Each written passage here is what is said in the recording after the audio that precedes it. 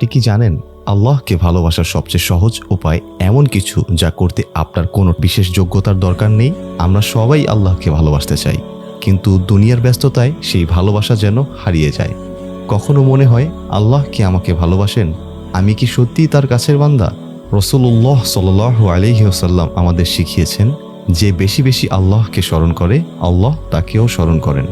প্রতিদিন শুধু কয়েক মিনিট বলুন সুবহানাল্লাহ, আলহামদুলিল্লাহ, লা ইলাহা ইল্লাল্লাহু, আল্লাহু আকবার।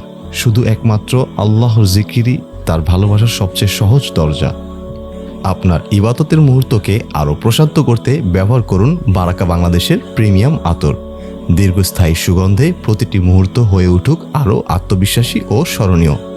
বারাকা বাংলাদেশ, আপনার প্রতিটি মুহূর্তের সুগন্ধে থাকুক সুন্নাহর ছোঁয়া। আজ থেকেই আল্লাহর জিকিরকে অভ্যাস বানান, হয়তো এটাই হবে আল্লাহর ভালোবাসা পাওয়ার সবচেয়ে সহজ শুরু।